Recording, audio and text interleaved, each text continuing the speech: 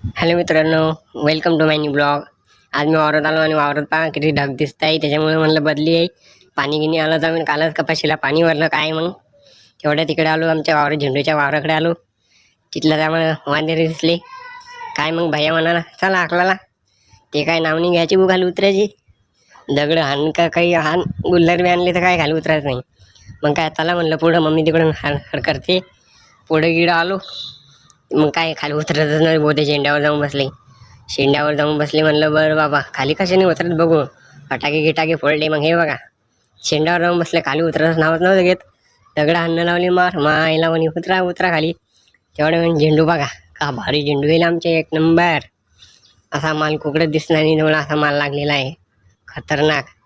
तेवढं तिकडं आलं, इकडं बघलं तर वा मोठंच माया होता. त्याला बी पळून काढलं. असं हाणले ना दगड, आखरी वांदेराला पळावं लागलं.